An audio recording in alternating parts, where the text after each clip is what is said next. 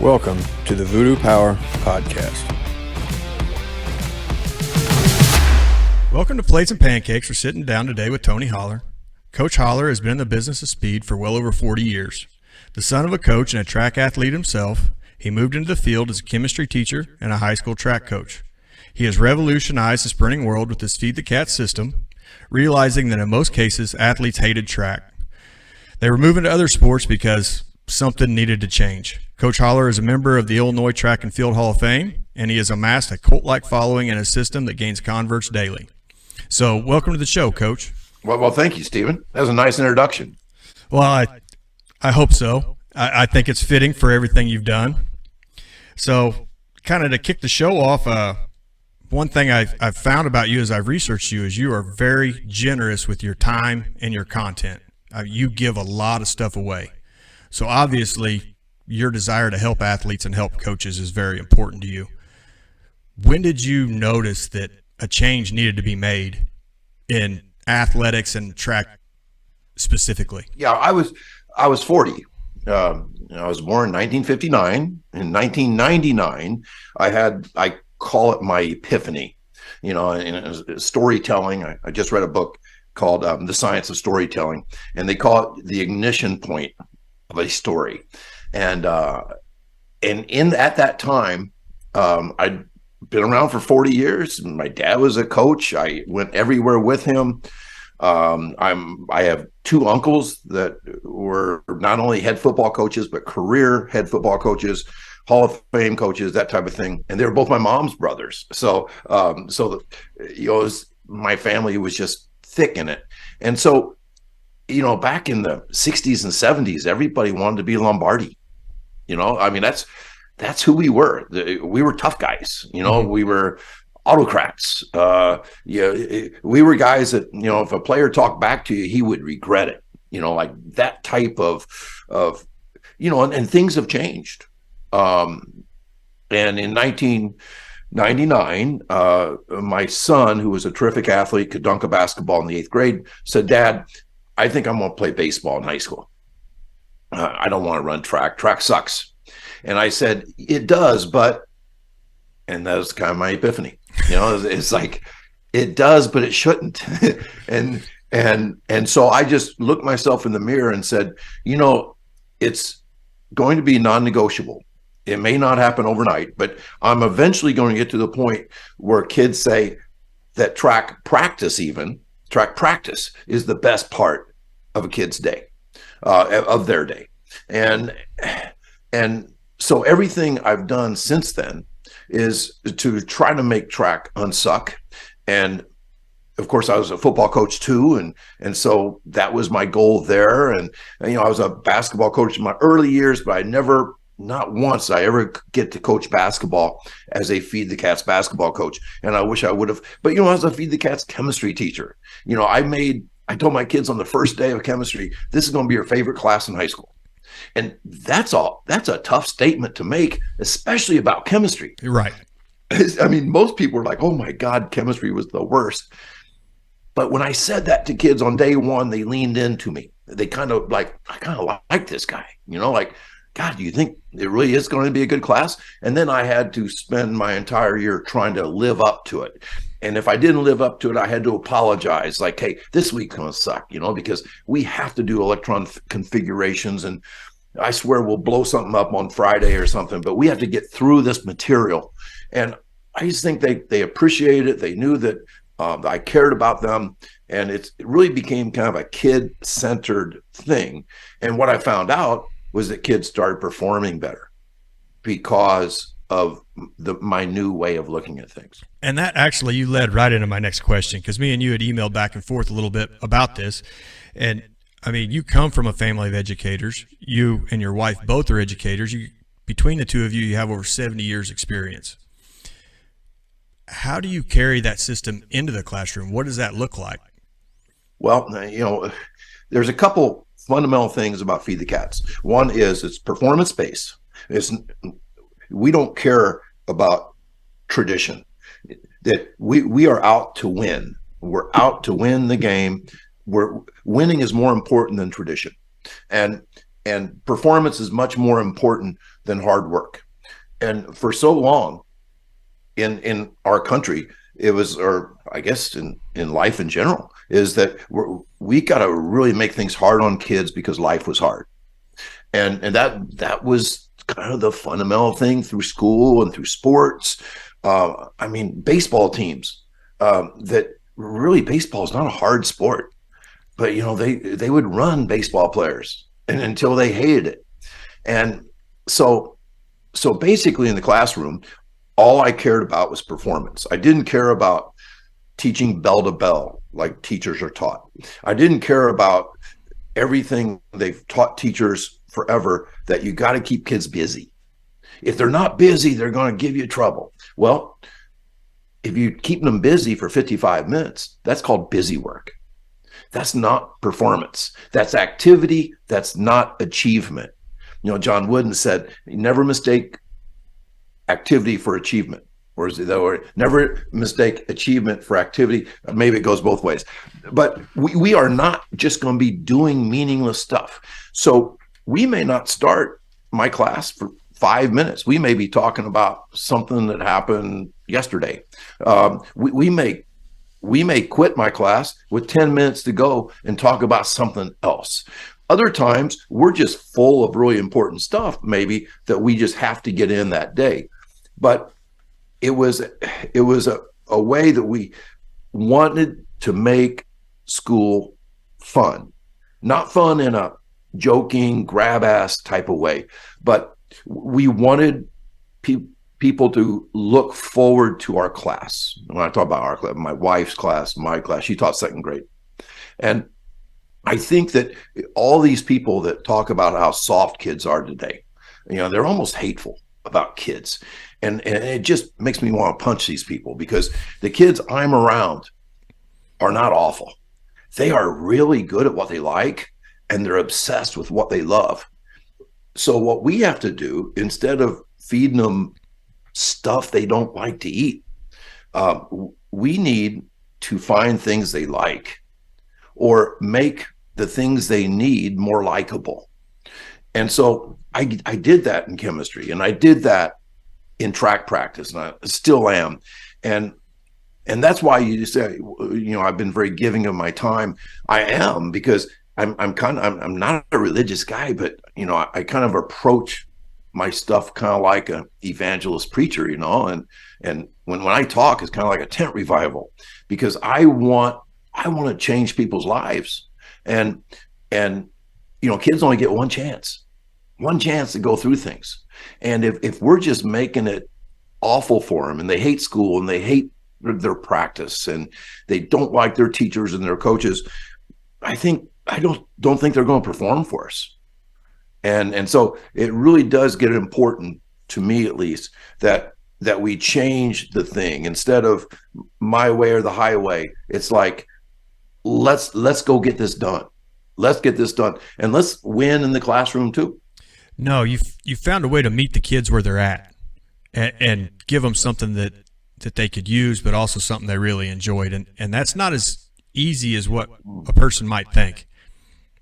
So I want to go, I really want to talk sprinting, but you have so much sprinting information out there. I'd like to go a different angle for a little while.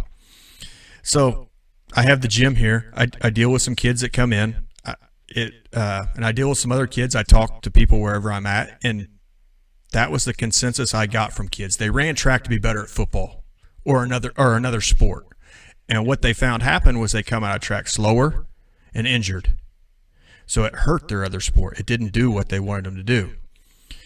In that, I started researching some stuff, and I found Louis Simmons's book on running. Now, while you guys may not agree on the weights, I think your running and plyometrics is very close. So I was on a vacation in Florida.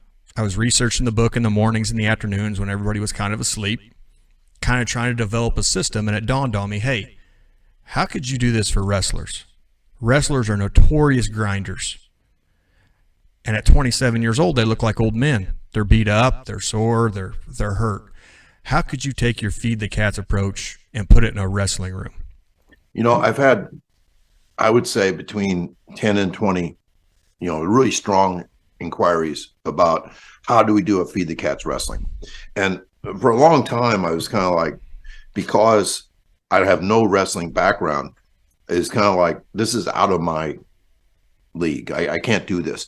But especially in the last 2 years, when I've started consulting with NCAA Division I lacrosse programs, I mean, like literally places that are, win national championships and they're in the Final Four, and Princeton now feeds the Tigers. And so it's kind of like, even though I can't play lacrosse, I've never held a stick, I've never played in a game, I've never watched a full lacrosse game. I can be of help to a sport that I'm foreign to. So now that you ask that, I may answer it for the first time ever. And so this is going to be you're making me think. And so, okay, performance is the key. We care about performance more than hard work. That changes everything right away. That if the hard work you're doing is hurting your performance, then you must do something different. If your athletes are so tired that they are miserable, and you know what I'm talking about, mm-hmm. People that cut weight, what was the movie about wrestling, Vision Quest? Yes. That's a true Vision Quest is when Indians would go up into the mountains and nearly die from not eating food. And that's what wrestlers have done for decades. And I would like to think that even though I'm not a wrestler, that a Vision Quest is not a performance enhancer.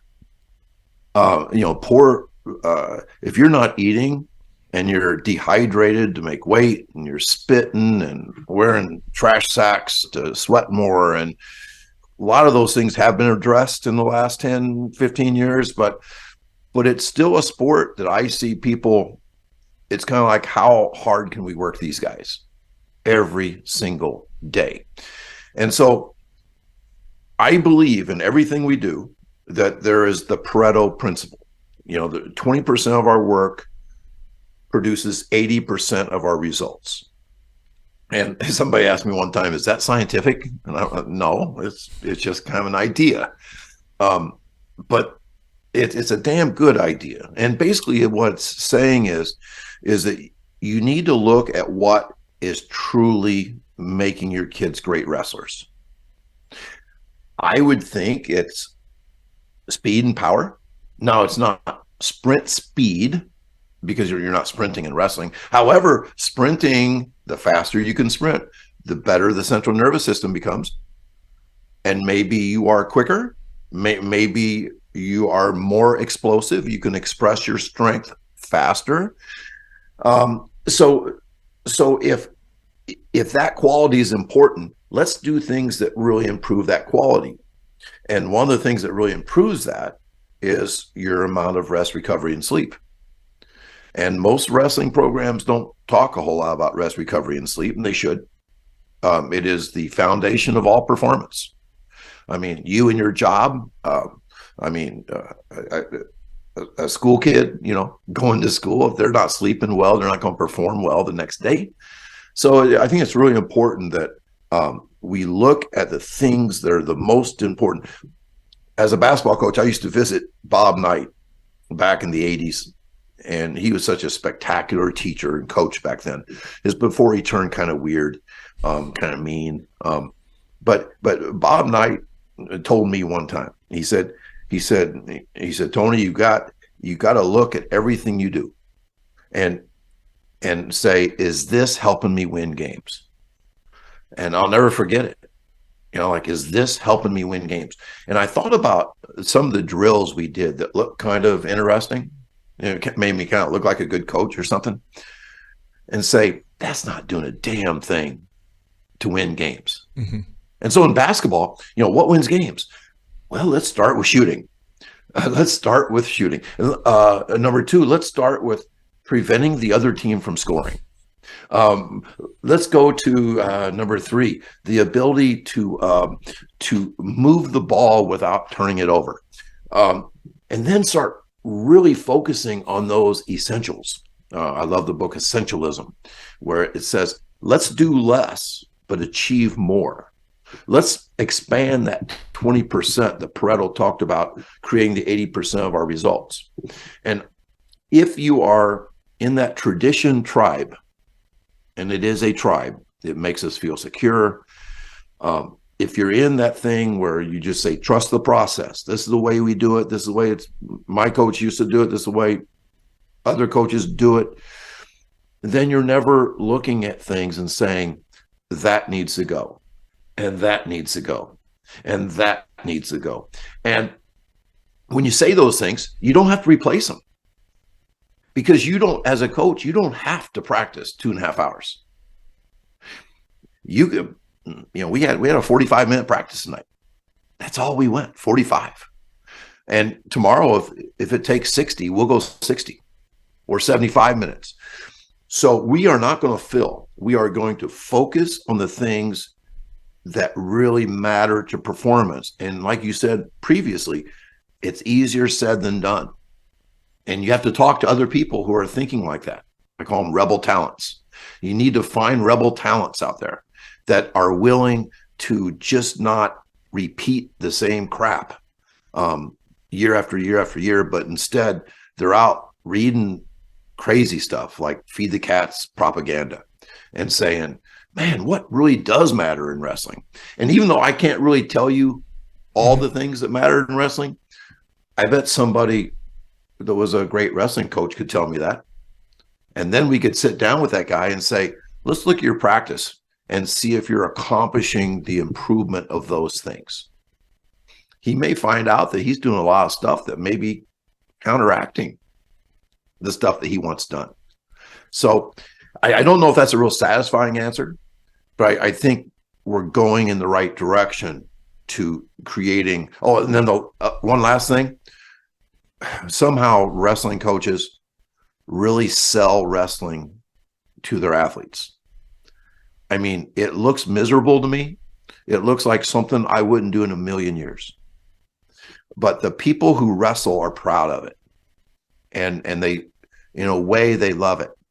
And so I think that sometimes that interferes with a coach's evaluation process. Like, hey, my guys love it, so we're doing everything right. I don't think we can be very comfortable with that. I think that we have to ask ourselves, running those 100 laps, did that make my guys better wrestlers? And if it didn't, then we need to really think hard about what we're doing. So you're very much a minimalist. You want to look at a program and just start getting rid of cutting the fat wherever you can. For sure. The book Essentialism by McKeon is just, it didn't change my life like it did a lot of people, but it reaffirmed my life. I say that, I love when he says that if it's not a hell yes, you shouldn't say yes. Like we need to live our life with a hell yes attitude. And we really need to cut the fat. Kids are overextended these days. I agree.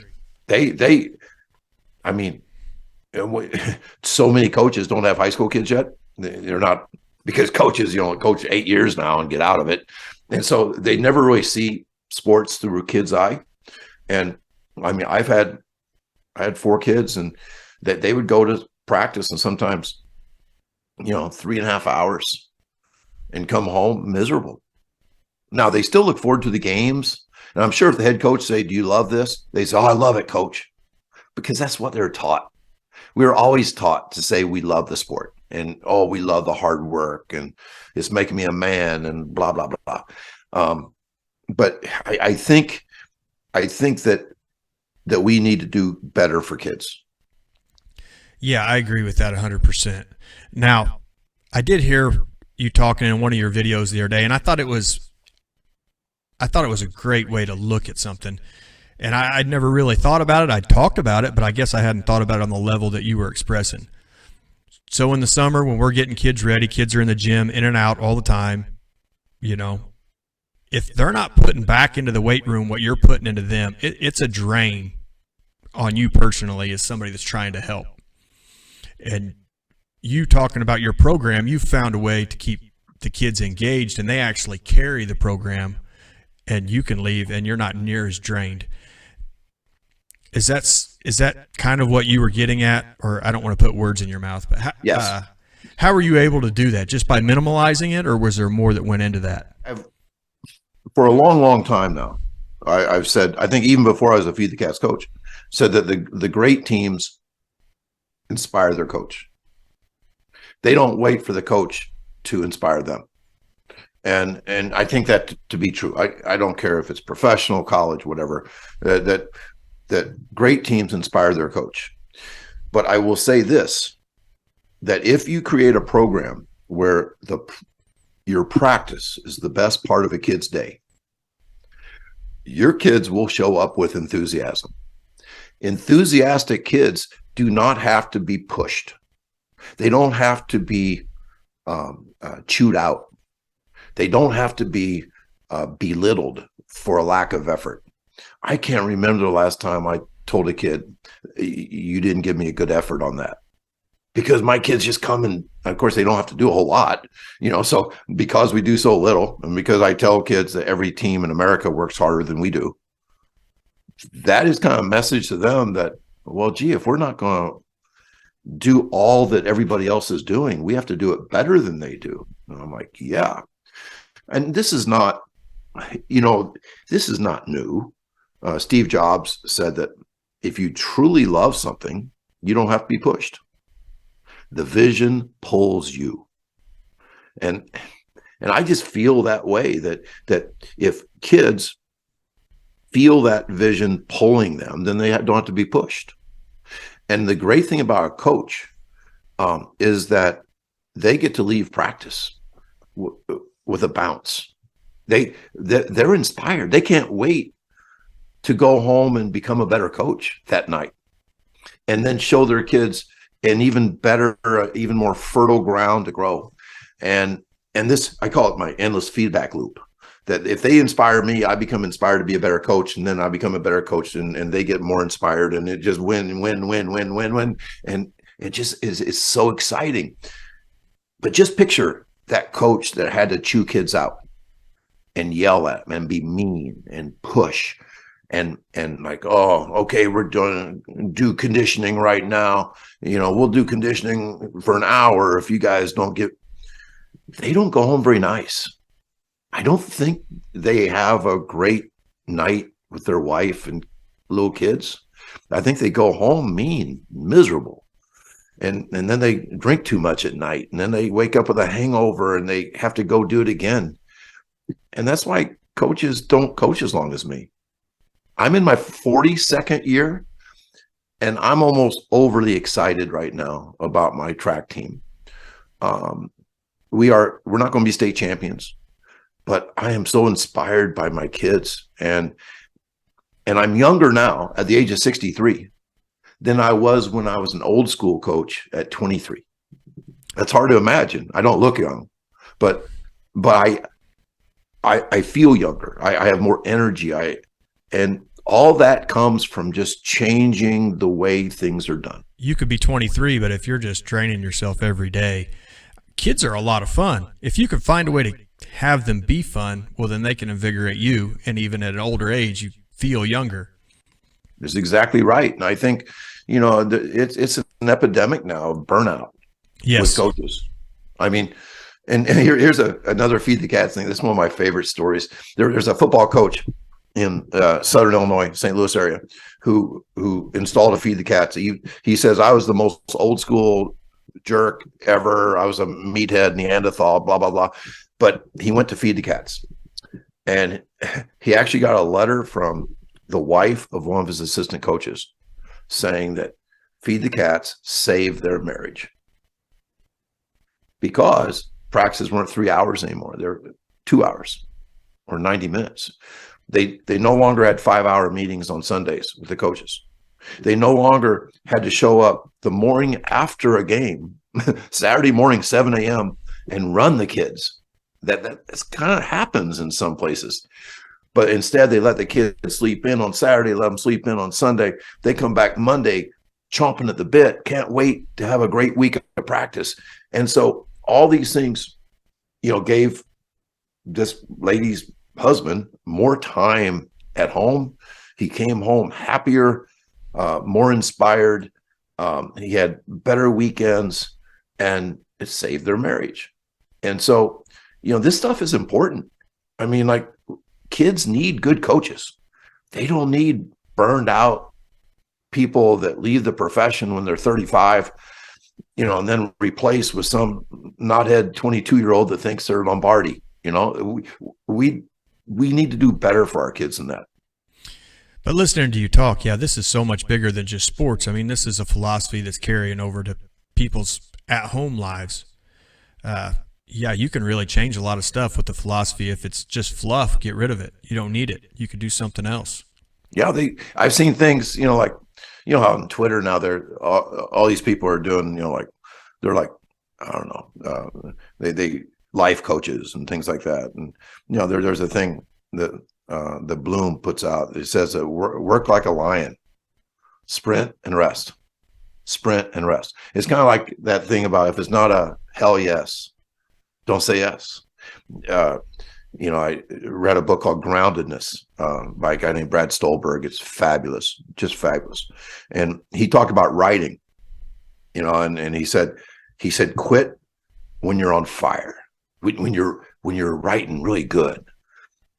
And when you do that, you're excited about picking it back up tomorrow. And not only are you excited, but you're in a good spot. You're on a roll that you pulled the plug on the day before. And I think you could look at sports the same way. Like, if you let kids go home with some gas left in their tank, I think they're more excited about the next day.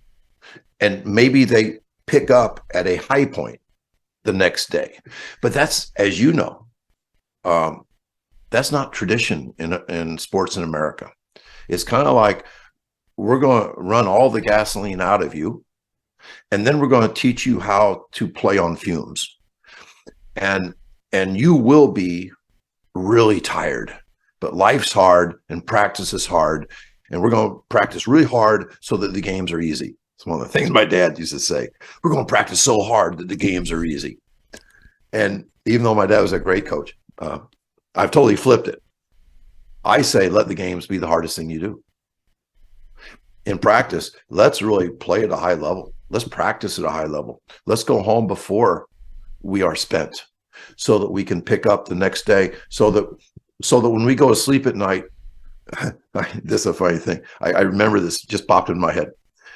In the spring in Missouri, Illinois, weather is not all that great. But, like, once in a while, there's a blue sky day, no wind, 70 degrees, and the birds are chirping. And you look out and you see butterflies.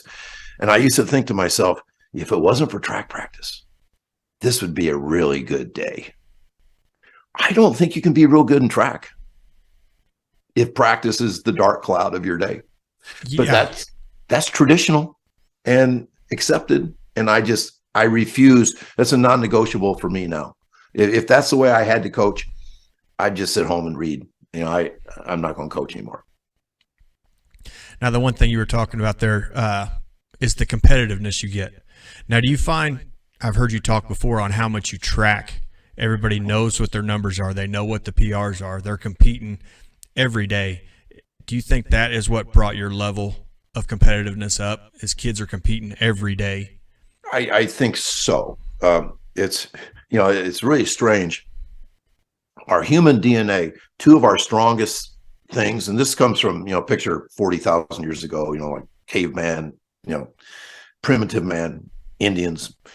The two things that we really need, and these aren't just wants, this is like baked into us. We need to be a part of a group, a tribe, and we want higher status. It's weird, like those things can work against each other, right? Mm-hmm. But as coaches, we need to figure out a way to use those two things. And I think it's obvious we offer a kid a chance to be on a team, to belong. Just think about, the people who, like the kids that join a gang. Why do you think they join a gang? They need to belong. They didn't have the family that maybe other kids have. And so they needed to belong. And so they join a gang. It's a lot better to join a track team or a wrestling team, a lot safer. But once you join that team, you have to understand that the other thing they need besides just being on the team is to compete, because it's in us. Now, what you want to do is say, we as a team, as a group, are going to go out and beat this other group. I mean, that's why we go to war, by the way. We join the team, America, and then we go to war to beat Germany or Japan or whoever we're fighting wars against. But it's the same thing in sports. But here's the deal too. It's not just our team against theirs. There is a competition for status that's built into us inside of our own team. Now that can blow up a team. If we have guys, being overly competitive against other people on our own team. So what we do is we celebrate it. So everything that we can measure that matters, we measure. So a kid is competing for status against his former self. Maybe what he ran last year or what he ran last month. So he's competing with his own, like self-competition. If he hears somebody just ran 22 miles an hour and his best time is 21.8 miles an hour, he's going to compete for status. He's going to want to run 22 miles an hour. And then you teach them through culture and just through that the most important thing is the love that we have for each other and belonging to this team. But the second most important thing is that competition. So when I frame the quote, it's not copyright or anything, but it's mine: record, rank, and publish. Mm-hmm. We're going to write down measurements of things that matter. We're going to rank them among the team, and then we're going to put it out on Twitter or pin it to a bulletin board or however you want to publish it. You're going to publish it. And what that does is makes those numbers meaningful. Now you got to be careful, because if like in education, when they think that a chemistry test matters, it really doesn't. There's no way that anybody can measure learning chemistry through a test. Then you run into problems. You have to have a meaningful test before you record, rank, and publish it. But I would argue that, man, run, seeing how fast you run, that's a pretty meaningful test. Yeah, definitely. Or how high you jump, or how many pull-ups you can do, or how many push-ups you can do. I mean, all those things are pretty meaningful. So why not record them and get guys competing while they're in this group? And if you can do those two things, it's a pretty good formula for winning. And if kids are competing and having fun, as your lower guys get better, it's got to make your upper guys better, because now they have to be faster or they're going to get beat. For sure. And I tell kids every day. I told them today. I said, hey, we have team T-shirts, and our first 3 weeks of track is tryouts. And I said, I think I'm going to hand out T-shirts to our top 10 guys at the end of next week. We have like 35 guys in our sprint group. And I saw them kind of looking around right away, like, gosh, who's the top 10? But I want that, because we're competing every day. We're competing for times. I told them today, I said, only about 35 guys are going to get on the bus for our first big indoor meet. And we have 100 kids on the team. So who's going to get on the bus? Now, we all love each other and stuff. We are a team, but we are constantly working for status. And if you think about going back to the classroom stuff, competition is you're not supposed to compete anymore in the classroom. And I don't know if kids feel like they belong as much as they should. So we're kind of like ignoring those two really important things. We're ignoring the fact that we need kids to feel like they belong, and then we need to encourage that competing for status. And if we don't, I don't know if we're performing. But I don't know if we could ever change education, because it's just, it's kind of gone the other way. We'll probably do away with grades. Yeah, that way do everything in your power not to compete. Right. People have asked me, do you think record, rank, and publish would work in the classroom? And I said, hell yeah, I did it. I did it in the 80s, and nobody ever called me on it. I would list the top 15 scores on a test and call it the Hall of Fame. And on the other side is the Hall of Shame. I'm surprised I didn't get fired, but the bottom 15 scores. Now, if a teacher did that these days, they would not work tomorrow. But it kind of shows us the difference between a performance-based sport and a non-performance-based classroom. I would argue that performance in the classroom is just as important as sport, but yet we have kind of grown soft, in the way that we educate kids. And I don't want my athletes to be soft. I want them to love the competition, love their team, but compete like hell throughout. And I think kids are good with that. I don't think they go home crying because somebody beat them, because they're used to it. That's what we do. Yeah, they just find a way to get better. Yeah, or do the best they can do. Yes, yeah, they compete with themselves, and they be a better sprinter or whatever the case may be. For sure. The last thing they're going to do is, no, coach, don't tell me my time. No, they want to know their time. Whereas in the classroom, sometimes kids will be, I don't know. I don't want to know my score on that test. No, you should. You should want to know. And it should piss you off if you didn't do very good.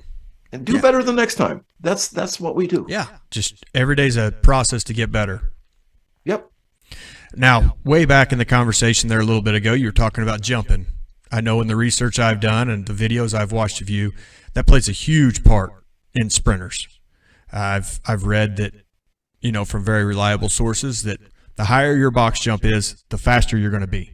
There's no two ways about it. It has to carry over. It's the only element of exercise that actually really does carry directly over to the track.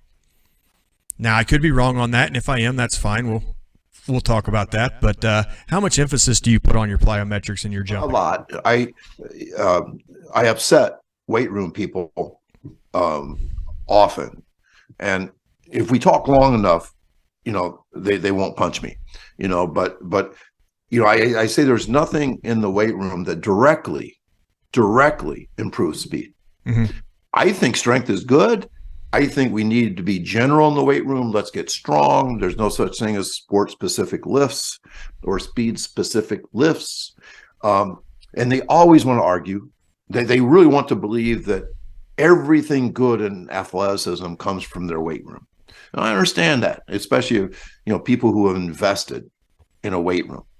And they think that I'm like putting them down or something. I'm not.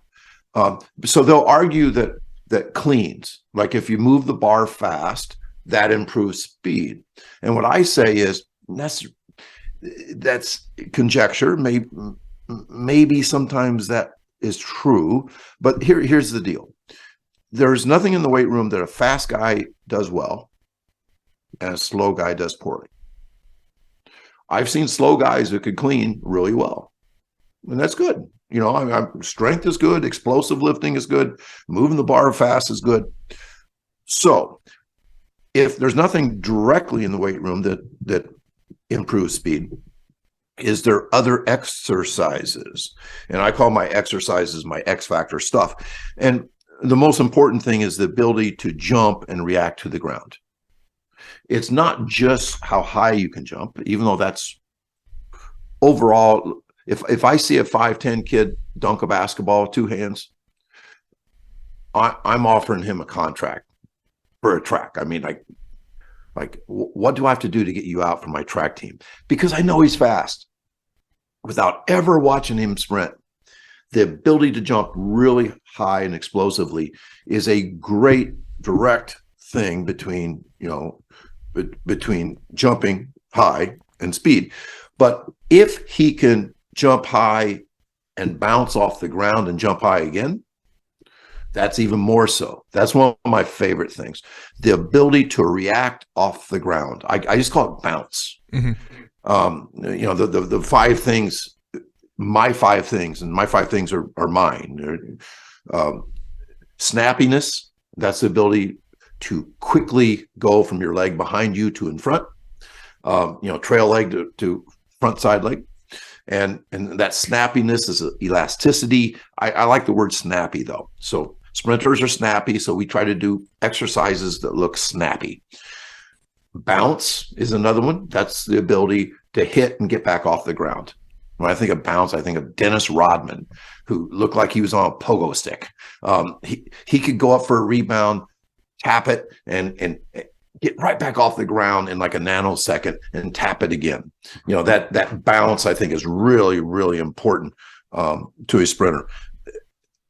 Power, explosiveness, and that's really important. And people say, oh, that's the weight room. Yes, it is. Yeah, that power is in the weight room, so that's good. But there's also other ways that you can train power.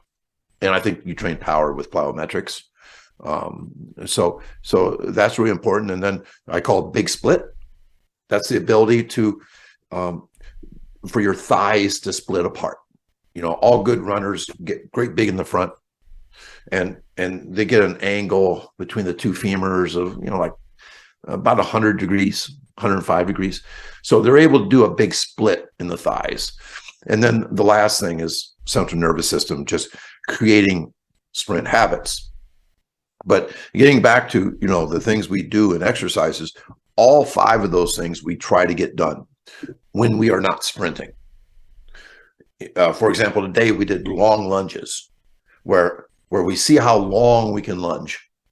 And then we pick up that back foot like a runner would and step into another long lunge. You say, well, what's that doing? That's big split work. And you say, well, is there some power element there too? Yeah, I think that when you come up out of a lunge, you're recruiting a lot of muscle fibers. I mean, I think there's some power stuff going on there. Is there bounce? No, there's no bounce. Not in that one. But maybe the next thing we'll do, there'll be a bounce element in it. So we're always looking for new exercises. And, we throw med balls. Why do we throw med balls? That's power. We throw med balls for power. So we can do power things outside the weight room or in the weight room. Yeah. So talking about the bounciness. So are you trying to shorten the amortization phase on your double jump? So do you do things that would be a double jump, like maybe a broad jump to a box jump, or combined jumps to shorten that period between the one jump to the second jump? Define amortization for me. The ability or the time it takes to finish one jump and start the next jump. Okay, so that's kind of like time on the ground. Yes. Kind of? Yeah, I would agree with that. Okay, so that's very, so I don't think I've ever used that word. Amortization is kind of like, correct me if I'm wrong here, kind of like what I'm talking about, reacting to the ground. Mm-hmm. So if somebody can react quickly to the ground, he has a short amortization. Yeah. So on the second jump, so I'm sure maybe some of your faster kids on that second jump are way quicker than maybe other kids that need a pause to gather themselves. For sure. So the answer is absolutely, and that's where, that all goes under my word. That's a much simpler word, just bounce. They're able to bounce into another jump. Like tonight we did a TBJ, triple broad jump, and my best guy can do 31 feet from 2 foot start, gets his hands way back, and the amount of time on the ground in that specific thing is pretty long because he is landing and having to jump far on the next one. But it's not landing, thinking about it, and jumping again either. He's rolling into another jump. Mm-hmm. So we do have some things that it's not a really bouncy thing, but but we're still trying to keep that amortization phase as little as possible. And you're exactly right. My slowest guys, they land and take forever to regather enough wherewithal to get another jump. So I would think the guy that can triple broad jump the furthest probably does it in the least amount of time too, if that makes sense. It does make sense because there is no pause in what he's doing. His muscles can recoil. I mean, that goes back to maybe some Verhansky, Russian plyometrics, charging the hamstring, keeping the bounce. Yep. And I'm thinking that there are some things that we do that, like when we do pogo jumps, like pretty much straight-legged, bounce. Always in my mind, there's some African tribe. It's just like one tribe in the Sudan or something, where the men will do these jumps as a ritual to gain, status for a woman, and they can jump like 3 feet up in the air with it looks like their legs are totally straight. Well, let's just say that they would make a good 4x1 team for me. I've never seen them sprint, but if you can just bounce, like 36 inches on every bounce, I can teach you to sprint fast too. And you probably already can sprint fast. So yeah, I think those things, and that's what 42 years of coaching track has given me, is the connections. Oh, another thing you said that I thought was brilliant, like a short jump into a long one. Those things are really, that's really advanced thought. Let's just say most people do in a weight room, they don't have those thoughts, which that's cool though. And one of the things that we do sometimes is we have these portable bleachers. They're like, maybe 36 inches. Mm-hmm. And we'll step off and we'll do just a depth jump, where we'll bounce off the ground, jump over a hurdle. Good guys can jump over a college high hurdle. Mm-hmm. Bad guys can barely jump over a wicket. Once again, very strong correlation between the guys that can bounce high versus the guys that land with a thud and can barely get over a 6-inch hurdle. Big difference. But what you alluded to, which I like, this is advanced stuff here, where you can step off and maybe you put like a wicket like 3 feet in front of you and a higher hurdle like 6 feet away from you. So you're doing like you're landing and you're jumping long and then high. Right. And those things are, you studied some of the Russian guys, right? A little bit, yes. Okay. So yeah, you're I have not studied the Russian guys. I just act like I know what I'm talking about when people bring up, who'd you bring up? Verhansky, that's it. Yeah. So when somebody brings up Verhansky, I just kind of play along and, hopefully I get the gist of what they're talking about. Well, yeah. And so I guess I was asking so much about that as I recently read Bud Winter's Rocket Sprint Start, I believe is the name of it. And he was talking about 85% of your propulsion down the track is in a vertical movement. 15's in a horizontal. I don't know if you agree with that, but not knowing a whole lot about sprinting, that's just kind of the system we've went with. Mostly it's vertical. Yes. And no, I wrote an article about 8 years ago that called vertical force is the holy grail. And so that's basically what we're talking about there is at max speed sprinting. Yes. When you're tall and sprinting, you have two forces keeping you from being fast. Just two. One is friction, the air, and the other is gravity. And gravity dwarfs friction. Right. The gravity and the ability to stay stiff. A lot of people say stay strong, because these sprinters, when they sprint at full speed, they have less than a 2 centimeter if you're like measuring their pupils, how much down they go or up they go, is about 2 centimeters. So their body remains stiff, and then you're in flight. Sprinters, elite sprinters spend 0.08 seconds on the ground. That's a 12th of a second.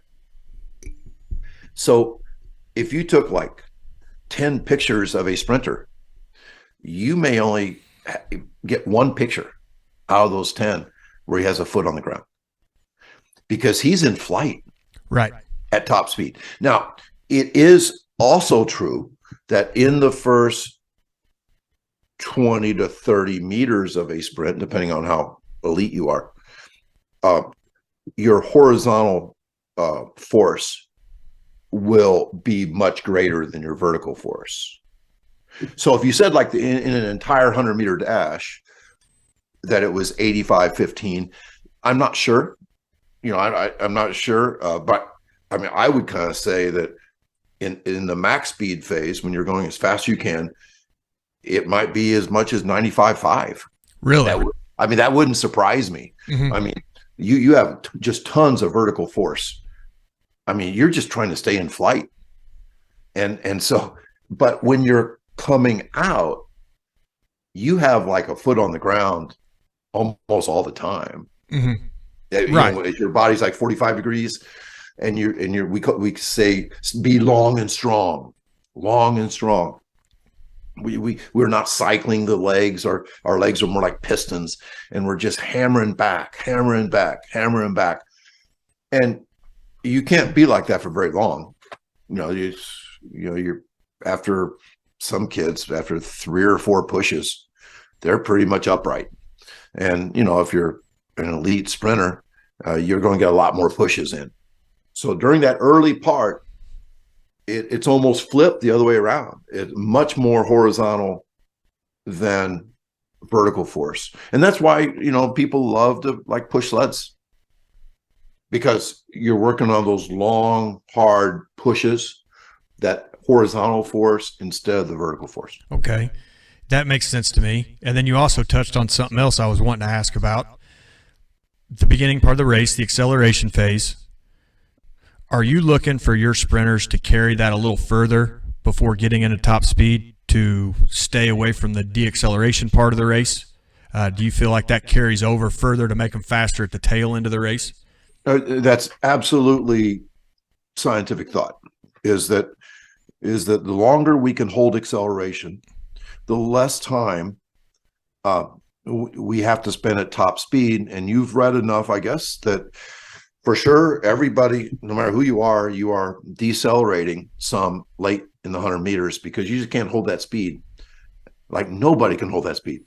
It may look like somebody's speeding up in the last 10 meters, but really the other 7 guys are just slowing down. So yes, you want to be big and strong and not rush acceleration. But that's about all I say. The last thing you want to do is say, I want you to accelerate till the 30-meter mark and then get up and run. Mm-hmm. We don't want to do that, because in acceleration, we want to come out not too low, because if you come out too low, you're going to stumble. You're going to come out probably around 60 degrees, 65 degrees if you're pretty strong. If you're weak physically, a lot of girls and stuff, you need to come out a little higher, because you're just not strong enough to hold a low angle position. So when we come out, we want to gradually get tall, as gradually as possible. Like if we could come up like 1 inch per step and really hold that acceleration for a long time, gradually coming up, great.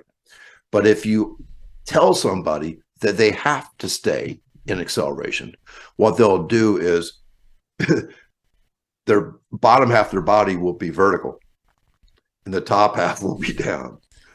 And those angles are not good force angles. So when you're at top speed, you can't bend over and pretend to be accelerating. It's just a gradual. You want to be straight. Your body needs to be pretty straight for force angles. But when you are done accelerating, you're done accelerating. You cannot pretend to hold it. Does that make sense? And it's counterproductive to try to hold something that isn't working for you. That goes back to your minimalist thought, I guess. If it's not working, get rid of it. Yeah. And you can see it with kids. And if you video them, you can say, hey, look, I know you think you're still in the acceleration phase here, but look how bent you are. Oh yeah, I'm pretty bent. All right. I said, yeah, if you're done accelerating, you got to just get tall and sprint. And go for it. Yeah, you just go for it then. But there's no doubt that we still cue them long and strong, like pound it behind you, gradually come upward, and then we're just going to get big and sprint. That was a great way to explain it where I can understand it, and I'm not even a track guy, so if I can understand it, surely the track people out there will definitely understand. But you have to, I always say that, you can explain it to a kid, but they have to learn how to do it. Right. You can say we're going to come out at 45 degrees, but the brain will oftentimes tell your foot to stop the stumble. So you have to actually go up against a wall some, and get the brain used to that feeling and do some falling starts where you don't do the stumble reflex. Your shin angles have to stay correct, or else you're not putting the ground behind you. You're just coming straight up. And as you've seen, the really bad accelerators, they may come out right on the first step, and then the second step is just horrible, way too far. And the only thing they can do is, try to stay bent, which is bad, or be straight up and down. They're not very fast yet, and they're not going to accelerate very well. But it's just a matter of, I guess my point is, you got to do it. You got to do it a lot. And we do. Is that where your conditioning comes from? Because I know sprinting, you're only sprinting your guys a few sprints, a few days a week. Yep. Everything else is formed through, I'm supposing, drills and form, technique, mechanics. Yeah. So one of the weird things about Feed the Cats is I say that Feed the Cats teams do not do conditioning. Mm-hmm. Okay. It sounds crazy. Like a Feed the Cats football team does not do any conditioning. Now, people argue that everything is conditioning. Like when you're lifting weights, you're conditioning. When you're sprinting, you're conditioning. I said, no. When I think of conditioning, I think of gassers. I think of that end of practice torture. That's what or anything that all you're trying to do is get real tired and get used to it. Lombardi said that fatigue makes cowards of us all, and we all agree with that. But what do you do about it? Well, for hundreds of years, or for decades, what coaches have done is try to get people really, really tired as often as possible. And I'm like, maybe there's another answer. Maybe tired is the enemy. If fatigue makes a coward out of me, let's don't practice tired. Let's practice bouncy. And people were like, no, wait a minute. That's right. It's revolutionary. So I like to call it capacity. We gain capacity by stacking together the work that we do, even though it's only like 5 seconds of intensity. My guys yesterday, we were on break for like 21 days. We finally came back yesterday, and we did a sprint workout. And I asked the guys, anybody sore from yesterday? And they all raised their hand. I said, you realize that even though we were here for 45 minutes, you only did 60 seconds of work. And they looked at each other and like, how could we be sore when we only did 60 seconds of work? Well, it's really hard. It's not stuff that humans do. We're doing stuff that's very extreme. But when we stack together things like that, there's a bizarre, magical, endurance-like effect that starts to happen. And I would argue that good athletes that are not conditioned in a traditional sense tend to play pretty good in the fourth quarter. They tend to, fast guys tend to be the fast guys even when they're tired. I would argue that everybody's kind of tired in the fourth quarter. So we just don't do anything that conditions traditionally. And people say, well, how about the 400 meters in track? That's a hard race. Yes, it is. And we do, about 4 weeks before the first meet, we start doing lactate work, which we'll do something, things like 3 200s with 3 minutes rest, spiked up and fast, timing, record, ranking, and publishing, things like that. And it's really hard on our guys. But we're not doing 10 of them. We're doing 3 of them. And I would argue that those 3 probably hurt worse than the 10 that I used to have to do. In the old fashioned, we're going to run 10 300s a day, 10 400s, 10 200s. So our guys get very specifically in shape to be fast in the 400. Now, the last 100 meters is hell. It is really, really hard. But what I tell them is this, that I could run them 20 miles of 200s every week, or 20 miles of 400s, or we could run 100 miles, and that last 100 would still be hard. So no matter how good a shape you're in, the last 100 meters is hard. Now, what that tells me is that if it's going to be hard no matter what, let's be fast.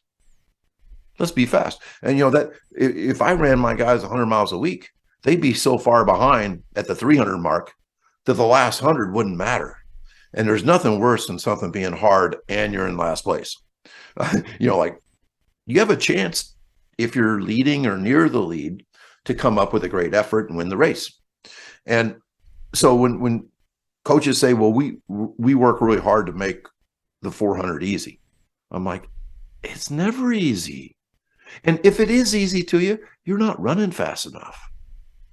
You jogged it. I guess it was easy because you jogged it. But you can't get beat by 120 meters in the 400 and say, man, I'm in such great shape. That was easy. No, you just ran slow. So that is a perfect metaphor to why football teams can go without conditioning in a feed the cat sprint-based model and still be really good in the fourth quarter. Because the fourth quarter is going to be hard for everybody. Not just the people who didn't do conditioning. It's going to be hard for everybody. And so I would rather be really athletic, fast, and explosive going into that fourth quarter and have it be hard than to be beat up, banged up, miserable. You hate your sport, but man, you ran a lot of gassers going into that fourth quarter. And that's why it works. You said a few things in there that kind of line up with some other stuff I've read. Boyd Epley, the strength and conditioning coach at Nebraska when they were really good, mid-90s, late 90s, him and Zach Duvall come to the same conclusion you did, that the volume accumulated in running was not helping their athletes perform any better in the fourth quarter than if they were rested. So, why there have been some other outliers that understood what you were saying probably about the same time you did, maybe a little later. But, yeah, people get this, and it does work. Well, Boyd Epley, he's arguably the first guy that was ever a true strength and conditioning coach. The first guy, like late 60s. I mean, Nebraska, before him, their offensive tackles weighed like 215. And they couldn't bench 220. They couldn't bench 225. I mean, so he totally changed everything. And I troll Nebraska the previous several years under Scott Frost because they started doing things. I'm like, Boyd Epley knew what he was doing in the 80s, in the 70s and 80s and 90s. And he'd like preach against running laps. Don't run miles. Don't have a conditioning test that's a mile run. We need to repeat high intensity explosive efforts. And we're going to get conditioned that way. We're not going to get conditioned by the volume, as you said, of work. But yet Scott Frost, before the Northwestern game, actually bragged about the number of kids that threw up in the previous week. Their defensive line coach said, my goal every day is to get my kids so tired in the first half of practice that they have to resort to the fundamentals we taught them in the second half. I'm like, no, don't do that. So it's weird that people knew what they were doing 50 years ago, and somehow people have lost their way now. And the irony of that story is, if you read Boyd Epley's book, all of the pictures of demonstrations are Scott Frost. I did not know that. And, I don't know. Sometimes, I truly believe that, that people are all delusional. We're all delusional. And we can believe stuff that's crazy. I mean, there's so many fingers to point out there. People say, that guy is nuts. He believes in stuff that's crazy, but he thinks he's right. And so, like, when people go down the wrong rabbit hole, sometimes they just keep defending what's wrong. Mm-hmm. And I think it's everywhere in sports, and has been for a long time. Yeah, that leads to a question I had very early on, and then I kind of jumped around it and waited. Your program flies in the face of traditional ideas that have been held by coaches for years. How hard was it to get your system out there where people realized, hey, this might be a better way? How much adversity, I guess, did you have to face to get this system out there? Yeah, that's a really cool question, and I'm a big Bob Dylan fan, and he has a line that says, "I'll know my song well before I start singing." Well, from 1999 until like 2012, basically I just toiled in obscurity. I always loved when a young coach would email me and say, "What do you do about this?" I think I got a reputation for answering all emails. And I love the whole mentorship thing and trying to help people out. But it wasn't until I started writing. I'd never written a thing in my life. Stupid things in college, were 750 word thing or something. And you had to like pretend like you had more words than you really, you know what I'm saying? It's like, how am I going to make this 750 words? And now, I guess because I read so much and I had answered enough questions and emails and things that when I started writing, I knew my song pretty well. And so from 2012 to now, about 10 years, I think I've written like 300 articles. I've written a 400-page book twice now, and I have not published it yet.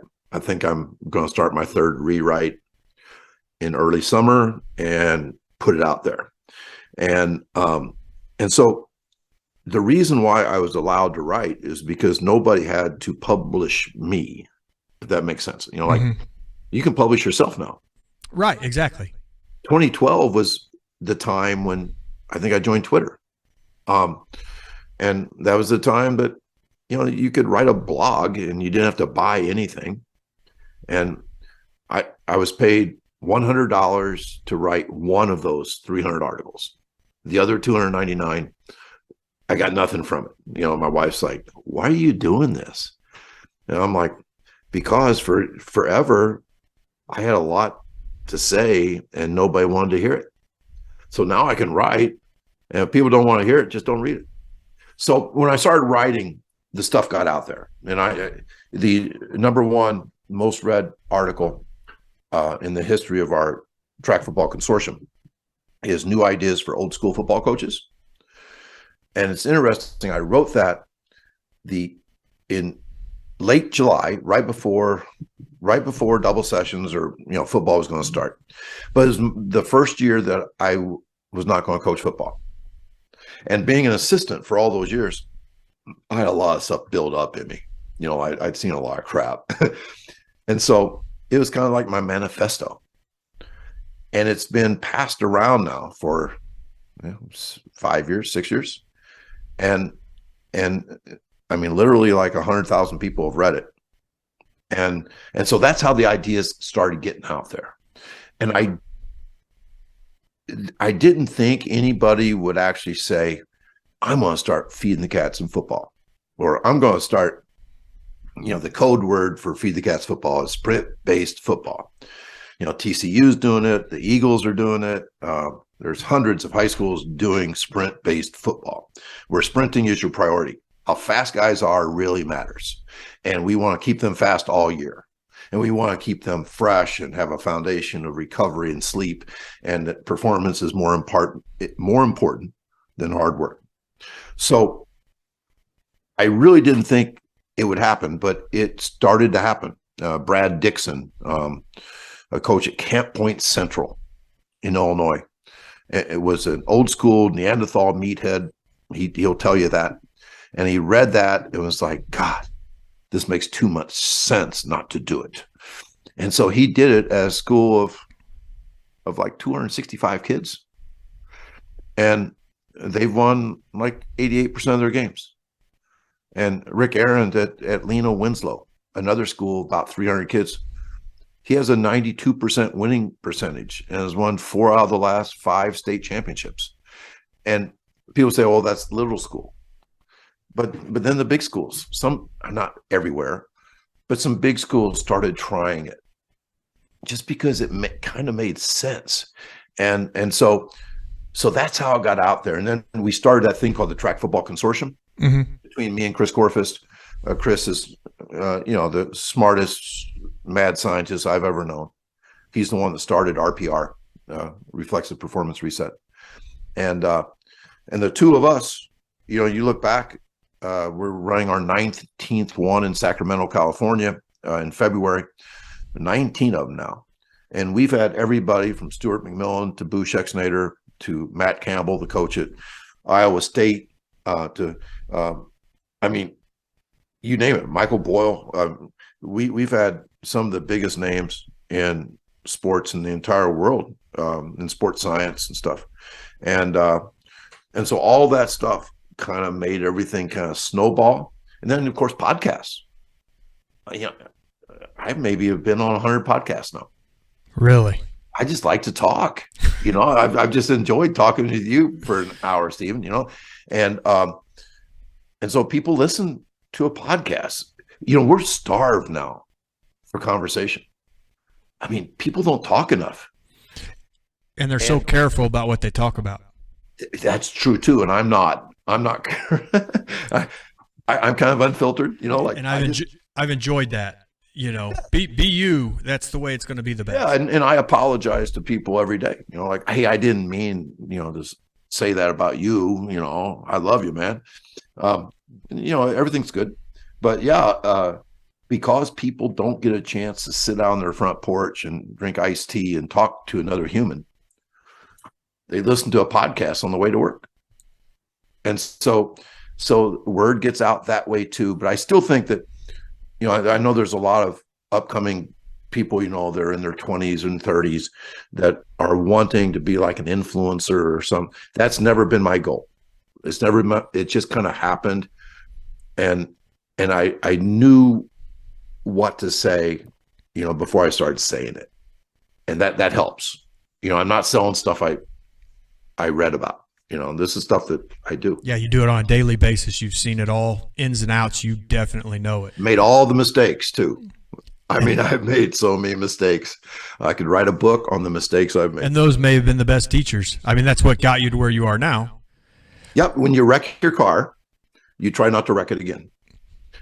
So every wreck becomes a very important ignition point in your life.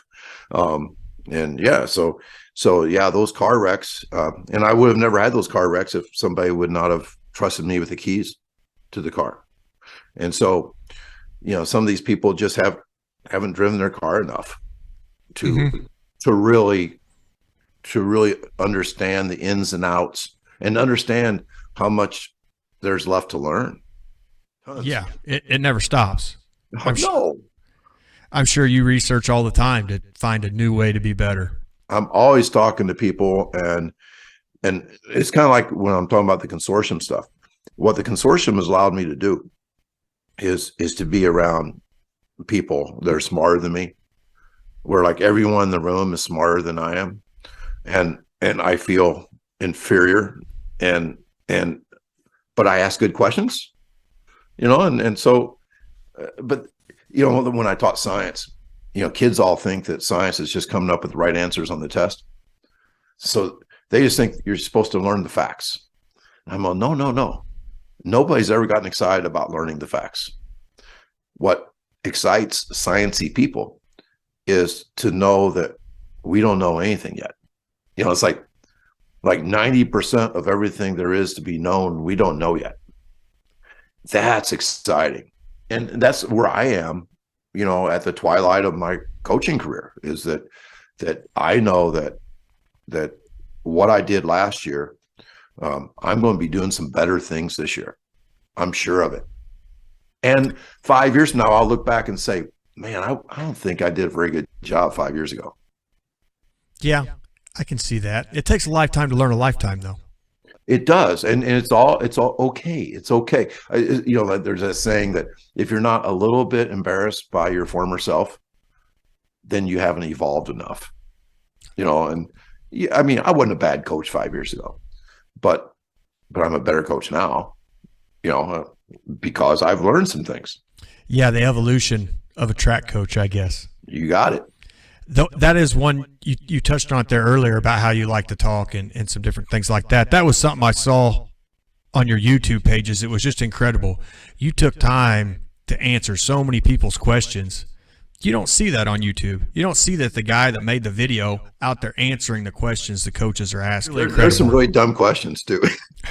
I mean, like some people are like, they're awful. But no, I try to answer all those. I probably answer 5 to 10 emails a day. Sometimes it gets old, but I think people appreciate that. So yeah, and all my YouTube, one of the good things about my YouTube thing is one of my 4 kids, Troy, runs my YouTube channel. So I don't have to worry about any of the content there. I just send it to him. And so then I answer it. I answer the questions and stuff. And then I'm on Insta and TikTok, and I actually let him answer all easy questions. But once in a while, somebody will, you know, ask a question that's kind of loaded or something, and he'll say, how should I answer this one? You know, so I'll send him the answer. But that makes us, the more we have to answer questions, the more we refine our message. Yeah, that makes sense. You know, yeah. I get to ask you a bunch of questions. I get to learn what I want to ask, how I want to ask it. Then you get to answer them. Hopefully I ask some questions you don't get every day. For sure. You know, somebody asked Neil deGrasse Tyson, you know who that is, right? Mm-hmm. They say, how do you respond to questions so fluently? And he said, you know, pretty much every question I've ever been asked has either been asked before or I've written about it. And I thought, I think I have probably written about almost everything I've ever been asked. And if you ask me a question, amortization, right? Is that what we're talking about? Yeah. Okay. So I didn't know what in the hell that was, but the next time somebody asks me about amortization, I'll be like, well, that's basically balance and blah, blah, blah. So, you know, we learn by doing what we're doing right now. I know I've learned an incredible amount between the stuff you have out there now and then this conversation. I'm not a sprint guy. I want to see my kids be faster. You seem to be able to find it on a kid's level and make a kid faster. So who better to talk to? I mean, well, you know, I want to address what you just said. You know, like there's a lot of people say, well, you know, I really not a sprint scientist. You don't really have to be. I mean, if you did nothing but time kids with a stopwatch in the 40 3 times and write down their time, and then do that 3 times a week, your kids may get faster. They probably will. And there are some really smart coaches out there that are planting beans to grow corn. In other words, they're doing everything but sprinting. Mm-hmm. And their kids might not get any faster. So I think one of the things about Feed the Cats is that people that have no background in sprint science or track can be empowered Like, okay, you do these 10 speed drills and you try to get kids better at them, and then you time them 3 times. And I was like, is that all you do? I said, you can do a lot more, but that's a pretty good place to start. And I call it my atomic workout. And so yeah, people, and I think that's good, because there's too many people that don't sprint because they don't think they're a sprint coach. That makes sense. I can see that they almost let the fear of not knowing keep them from even trying. Yeah, it's like me. Like, I felt that way in the weight room when I had to take over a weight room in the mid 90s. But I learned the basics. I read Bigger, Faster, Stronger. And, and I went and watched some people lift, and we did the core lifts. And, I knew enough that my kids got stronger, and we kept track of it. Record, rank, and publish is a big part of BFS. And now, did I know everything that Boyd Epley knew? Hell no. I knew 1%. But that did not keep me from being effective. You don't have to have a PhD in the weight room to get your kids stronger. And that's just an important thing for all of us to remember, because I think a lot of us just fear that we're not good enough. Well, and that's some of it. But now the internet's really taken away a lot of excuses. I mean, anything you want to know is on there, and not just by some backyard guy that says he can teach track. I mean, there's people like you on there that are willing to give up their time and information to make guys like me better. And I know I appreciate it. Yeah, I look back. I did not have those options when I started in 1981. Yeah, you were trying to find good quality books and try to talk to people across the phone, figure out who could help you. It's a way different ballgame back then. The one thing that I did a lot of that I still really I urge coaches to do, and that is visit people that do things well. Visit them. I have people that say, "Hey, can I buy you breakfast?" I'm like, "Sure. I have to eat breakfast. I'll spend a couple hours eating breakfast with you." Or just yesterday, a guy, I thought he was just from Wisconsin. Hell, he's the assistant S&C coach at the University of Wisconsin that came down to visit a speed workout. And I didn't realize that it was the University of Wisconsin until we were walking out. And I'm like, "What? You were on the staff of Chris and Jim Leonard?" He goes, "Yeah, I'm unemployed now because they went a new direction with the head coach." Right. And so I'm like, "Oh my God." But this guy from the University of Wisconsin visits, a Plainfield North High School track coach, and just wants to sit and talk, and we learn so much from watching good people coach or good people do anything. And so I totally agree that what we can read and see on the internet and what we hear on podcasts, fantastic. But man, don't ever forget that you can visit people too.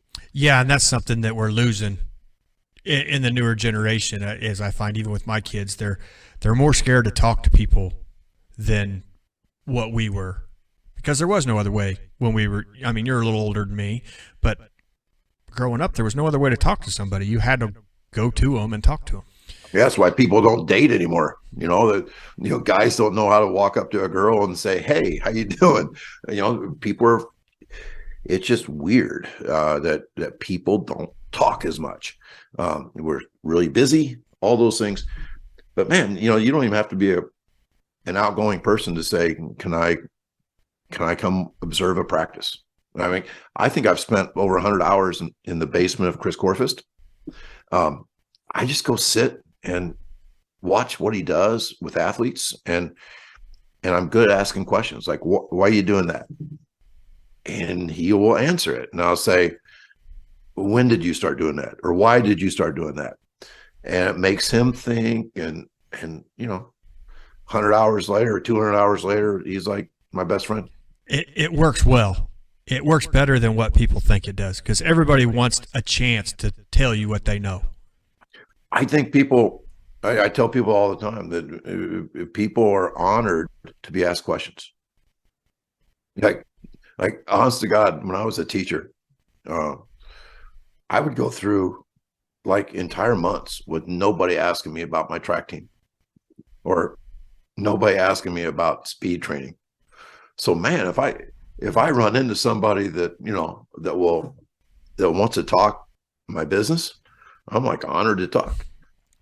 Well, I know I appreciate that. I mean, part of this podcasting thing is finding good guests and people that know their stuff. And for you to come on here and help me out and help whoever watches this out, that's incredible. And I'm very appreciative of that. Yeah, it's been fun, man. Well, I know I've kept you probably longer than what you wanted to, but I appreciate the time, and I hope you have a wonderful evening. Well, thank you, Stephen. If I can ever help you out, let me know. All right. Well, thank you very much.